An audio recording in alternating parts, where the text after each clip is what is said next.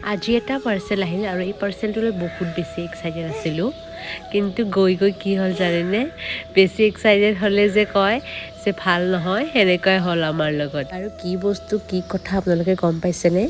এইটো হৈছে এটা আঁঠুৱা আৰু আঁঠুৱাটো আমি ভাবি দিছিলোঁ বেলেগ আহি গ'ল বেলেগ মানে ইমান বেছিও যে ডাঙৰ হ'ব এইটো এক্সপেক্ট কৰা নাছিলোঁ দেখিছেনে আপোনালোকে